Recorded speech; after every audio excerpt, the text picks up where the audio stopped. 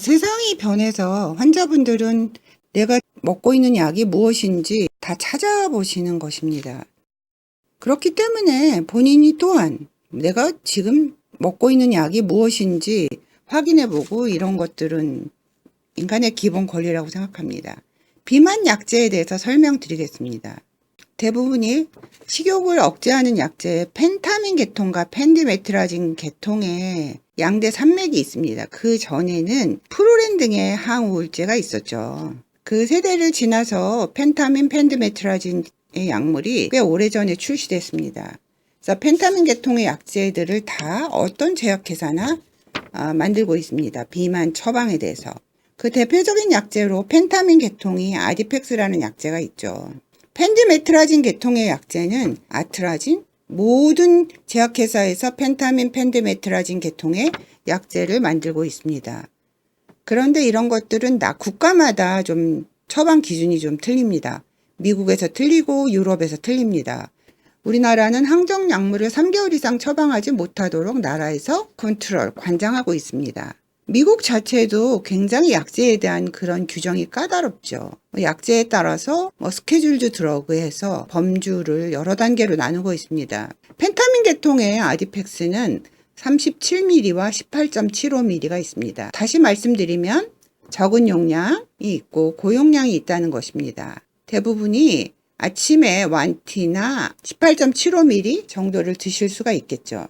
37mg를 드시는 환자들도 있습니다. 주로 아침에 드시게 하고 있고 의사 선생님들은 대부분이 펜타민을 아침에 처방합니다. 다음에 설명드리는 펜디메트라진의 대표적인 약제로 아트라진이라는 게 있습니다. 아트라진은 펜디메트라진, 드물게는 펜펜요법이라고 해서 펜타민과 펜디메트라진을 같이 처방하시는 선생님들도 있을 수가 있겠습니다. 아트라진 또한 식욕 억제합니다. 2번, 3번 드시게 합니다. 토피리드라는 약제는 원래 처방의 목적은 간질이나 편두통 치료 약제로 개발됐습니다. 이 또한 식욕 억제 효과가 있습니다. 주로 토피리드는 야간에 드시게 합니다.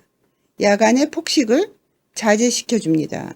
최근에 큐덱시라는 약제가 나왔는데 큐덱시는 토피리드의 서방형. 서방형이라는 말은 한국말이 참 어렵죠? 약을 먹고 나서 반감기가 하루 종일 지속된다는 거예요. 일정 용도를 유지한다는 것입니다. 약을 드시고 내가 저녁에 먹든 아침에 먹든 일정 농도를 피 속에 유지할 수 있다는 것이죠. 그렇지만 대부분의 약제들은 항생제를 하루에 3번 드시면 8시간이 지나가면 우리 몸에 혈중 농도는 없다는 것입니다. 그래서 큐덱시는 하루에 1번 정도 처방합니다. 큐덱시는 아디펙스, 펜타민과 같이 처방할 수 있습니다. 또 하나 최근에 많이 쓰는 약제가 콘트라브란 약제입니다. 콘트라브란 약제는 항우울제인 웰정과 날트렉손을 더한 것입니다. 웰정은 주로 금연 치료제에 씁니다. 날트렉손은 알코올 중독의 치료제입니다. 또한 논문에 의하면 날트렉손이 인터넷 중독이나 이런 것들의 중독, 알코올 중독이나 인터넷 중독이 되면 우리 도파민 수용체를 새롭게 세팅해서 계속 즐거운 거죠. 나 더 즐거울래. 이런 것들이 고착돼 있으면 중독 레벨에 들어가는 것입니다.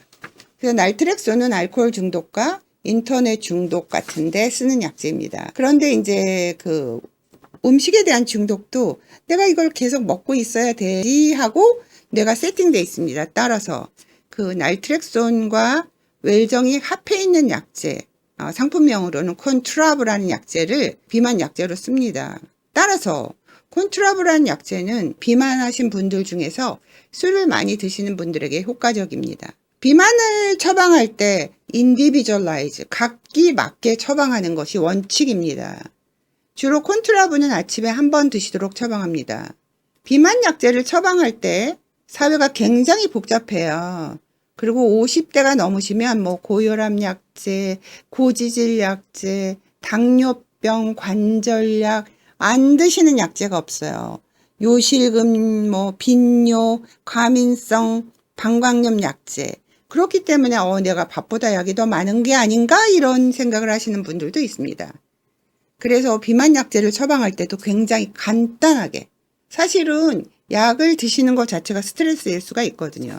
그 외에 이제 과거에 맨 처음에 비만 환자를 처방할 때 썼던 프록섹틴, 프로렌 등은 원래는 항우울제입니다. 이런 약제들은 여성의 생리전 증후군에 좋습니다. 사실 생리전 증후군의 치료제에 그 항우울제를 쓰거든요. 생리전 증후군은 다양한 형태로 나타납니다. 음식을 많이 드시는 분들도 있고 붓는 사람도 있고, 생리전 증후군이 있는 여성에게 프로렌을 처방합니다. 그 프로렌을 드시게 하면 식욕은 떨어지고 생리전 증후군은 좋아지는데 사랑하는 사람이 별로 느낌이 없어지는 부작용이 있습니다. 그렇기 때문에 정말 내가 항우울제로 프로렌을 드시는 경우에는 의사 선생님이랑 상담해서 약제를 조절할 수 있습니다. 예를 들어서 뭐 한 2, 3일 약을 안 드시다든지.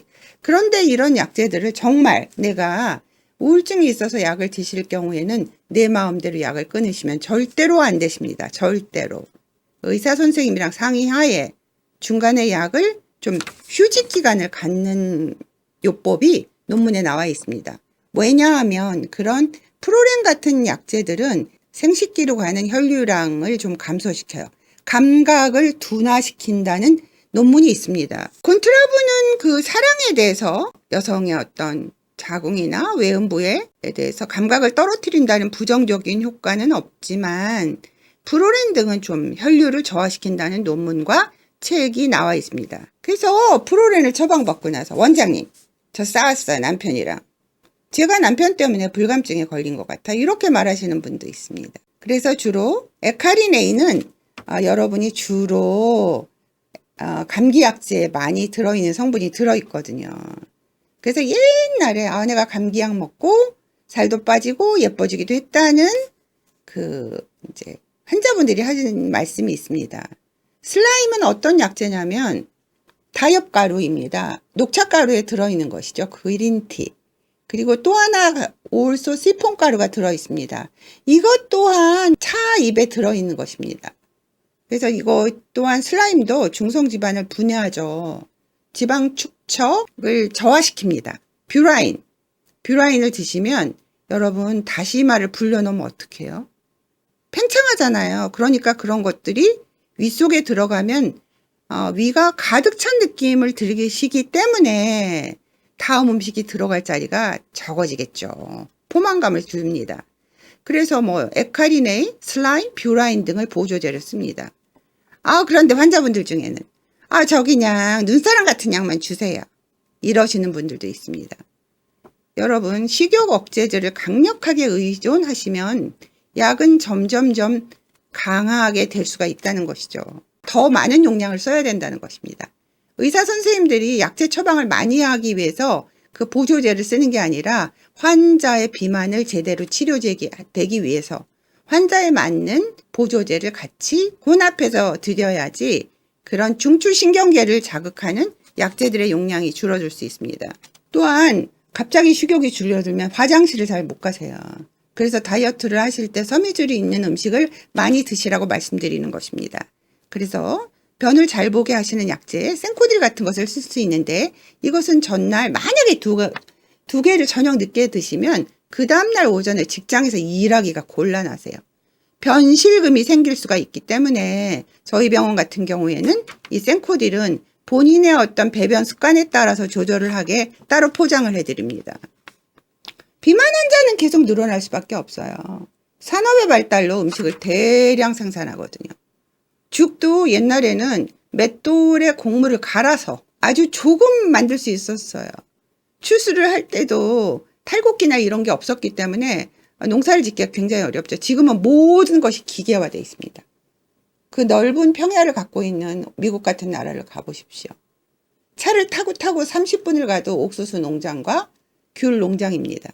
그렇기 때문에, 그리고 수거도 다 기계가 하기 때문에 모든 음식은 대량 생산될 수밖에 없습니다. 그렇기 때문에 이 대량 생산된 음식들은 태평양 바다에다 놓지 않죠. 우리 인간의 이 먹게 되는 리사이클링 과정을 겪게 됩니다. 그렇기 때문에 음식들은 수없이 화장을 하는 것처럼 데코레이션을 하고 여러 가지 형태로 우리 앞에 놓여지게 됩니다. 없는 게 없잖아요. 수많은 음식들이 변신을 하여 우리의 식욕을 자극합니다. 그렇기 때문에 비만 환자는 계속 늘어날 수밖에 없습니다. 과거에 우리가 받는 스트레스는 굶어 죽지 않을까 하는 무서움, 먹을 게 없기 때문에. 그런데 어느 시절에는 우리가 강아지도 다이어트를 하는 사회에 도래했습니다. 굉장히 먹을 게 풍요해졌습니다. 그래서 웬만큼의 우리가 절제 능력을 가지지 않고는 비만 안 할 수가 없어요. 너무 맛있는 게 많거든요. 어디를 가나 먹을 게 있고 다양한 형태로 앉아서 전 세계의 음식에 시각을 자극받듯이 다양한 먹거리가 있습니다. 다양한. 그렇기 때문에 비만 환자는 계속 늘어날 수밖에 없습니다. 그래서 비만 약제에 대해서 처방을 하시면 막 집에 가서 인터넷을 찾으시는데 그냥 본인이 무슨 약이 처방됐는지 알고 계시는 게 좋습니다. 저희 병원 같은 경우는 아주 규칙적으로 10시, 4시에 그리고 변을 잘 보시게 하는 약제는 따로 처방하죠. 그 외에 대표적인 것으로 기름을 밖으로 다 끌어내는 약제가 있습니다. 전날 고기를 드실 때 드시면 그 다음 날에 지방변을 보시는 약제가 있어요. 리피다운 같은 것들이 있죠. 그러니까 비만 약제를 만드는 대부분의 제약회사는 이런 범주로 약을 만드시게 됩니다.